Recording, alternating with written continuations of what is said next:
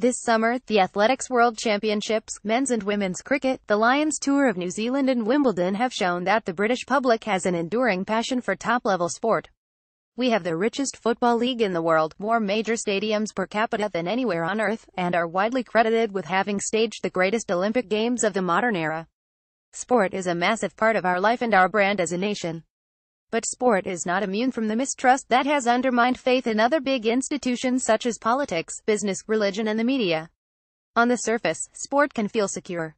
FIFA has faced corruption allegations for years, but football's appeal and riches appear to keep growing. Cycling has a long, dark doping shadow, yet the crowds following Chris Froome's triumph at this year's Tour de France, and the global coverage, suggested a sport in robust health. Doping's shadow fell across last Saturday's 100 meters final in London, because although the Russians had been banned for state-sponsored doping, twice-banned drug cheat Justin Gatlin ran home to beat the most popular athlete on the planet. The booze may have made people feel a little better, but the stadium was packed again the next night, the next, and the next. If there is a major sporting event, Brits will flock to watch it. However, FIFA, the IAAF and other sports bodies would be wise not to be complacent. Evidence from Portland's UK Sports Integrity Index suggests audiences are becoming more sensitive to reputational issues. Significantly, they are also now likely to do something about it. Over half of people surveyed indicated they will stop watching professional sports because of widespread cheating and corruption.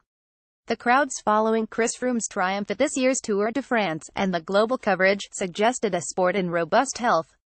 Photograph Parientasaparux Shuttershock dig a little deeper into the numbers, and it seems football and athletics have greatest cause for concern.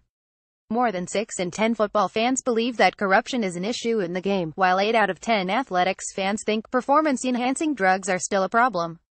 It may be that what some mean by corruption is a general feeling that the money now involved in football is out of control and that the drugs issue in athletics and cycling is more an overhang from the past than a reality still there today. The IAAF under Sebco did deal with Russia after all, and dealt with it well. Reputational currency in the bank. But the research shows how hard it can be to shift a negative perception once it starts to take hold. Ultimately it is about the decisions taken, but also the manner in which they are communicated. Take the IAAF's handling of Botswana athlete Isaac Makwala. An everyday situation, a bug doing the rounds of a venue to which people from all over the globe had flocked, was allowed to accelerate into a huge controversy in which the main complaint of the athlete and his team, and the media, was lack of effective communication.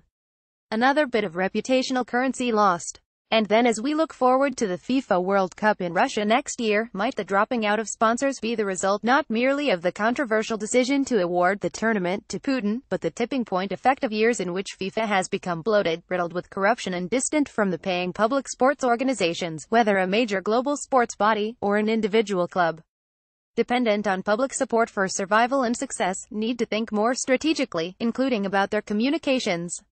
This means making their reputation a core part of their operations, not a byproduct of external events. It will take an awful lot for me to stop watching live sport. Indeed, this weekend I am breaking into a holiday in France to return to London for 2 days of athletics, and Burnley's opening game of the season at Chelsea. But even I, fanatic though I am, did not watch the Community Shield when most years I would, have not yet been to a test match this year, though normally I do, and gave Marseille opening match of the season, normally part of my holiday routine, a miss. Maybe it is just age catching up with me. Or maybe I too am just feeling sport is in danger of losing some of its magic. All big sporting organizations and teams, not just football, need to wake up to the reality that reputational currency is of much greater value than the financial kind. Failure to do so will lead to empty seats as fans take their time, money and passions elsewhere. Alastair Campbell is a writer and former communications director to Tony Blair.